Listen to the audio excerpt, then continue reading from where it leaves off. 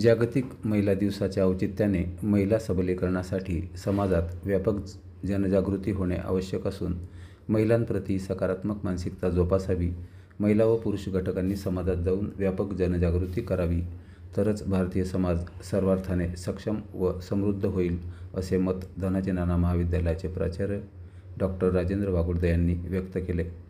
ते धनाजी नाना महाविद्यालयात जागतिक महिला दिवसानिमित्त आयोजित वक्तृत्व स्पर्धेच्या उद्घाटन प्रसंगी कार्यक्रमाचे अध्यक्ष म्हणून बोलत होते. व्यासपीठावर उपप्राचार्य प्राध्यापक डॉक्टर एस.व्ही. जाधव, उपप्राचार्य डॉक्टर कल्पना पाटील यांच्यासह प्राध्यापक, प्राध्यापिका, शिक्षकेतर कर्मचारी व विद्यार्थी-विद्यार्थिनी उपस्थित होते. यानिमित्त सोशल मीडिया व महिला या विषयावर आयोजित वक्तृत्व स्पर्धेतील विद्यार्थिनींना बक्षिसे देण्यात आली. स्पर्धेत प्रथम क्रमांक छाया शिरसाडे, द्वितीय ओमसिंग राजपूत, तृतीय पौर्णिमा कोळी यांनी मिळवला.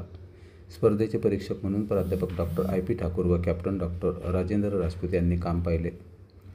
प्रास्ताविक उपप्राचार्य डॉक्टर कल्पना पाटील यांनी केले. सूत्रसंचालन प्राध्यापिका आरती भिडे व प्राध्यापिका निकिता चौधरी यांनी केले. यशस्वीतेसाठी प्राध्यापिका डॉक्टर सविता वाघमारे, प्राध्यापिका डॉक्टर सरला तडवी, प्राध्यापिका डॉक्टर जयश्री पाटील, प्राध्यापिका वसुंधरा नेते यांच्यासह महिला प्राध्यापिका व विद्यार्थिनींनी परिश्रम घेतले.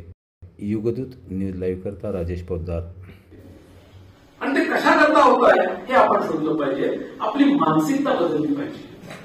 पुरुषांनी आणि काही स्त्रियांनी महिलांवरती अत्याचार होतात याला फक्त पुरुष कारणीभूत आहे असं नाही. काही महिला पण कारणीभूत असतील. तुम्ही सिरियल पाहत असाल, सिरियलमध्ये बाबा तुम्ही भांडणं जास्त प्रमाणामध्ये आहे आणि मला वाटतं त्याच जास्त सिरियल जास्त गाजतात.